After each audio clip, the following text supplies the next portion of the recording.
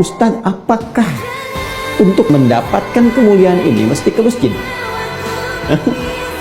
Atau bisa diraih di rumah?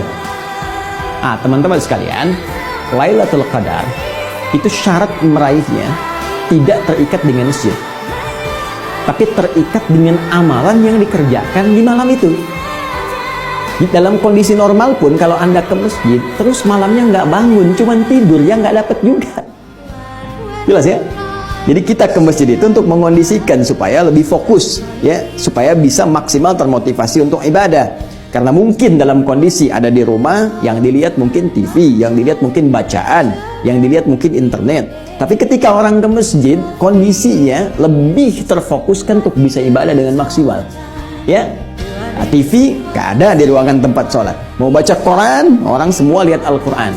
Mau tiduran, orang bangun. Akhirnya terdorong kita, ya, termotivasi untuk menunaikan ibadah. Bangun malamnya. Tapi kalau Anda cuma datang ke masjid, pindahkan bantal, bawa kasur, ikut tiduran, malam-malam ketiduran, pas bangun sahur, ya nggak dapat juga.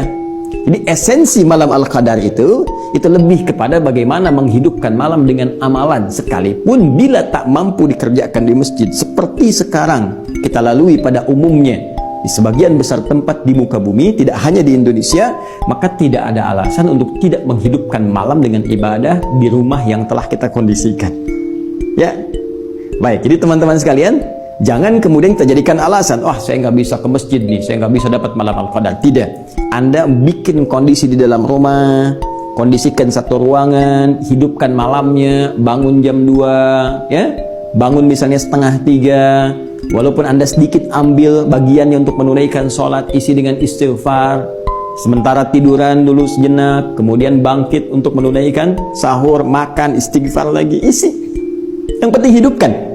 Ya, jadi ini bagian kedua yang penting kita jawab. Syarat mendapatkan kemuliaan ini tidak terikat dengan tempat di masjid, tapi lebih kepada bagaimana menghidupkan malamnya dan menghadirkan suasana yang sekiranya bisa kita maksimalkan untuk menunaikan ibadah kepada Allah Subhanahu wa Ta'ala.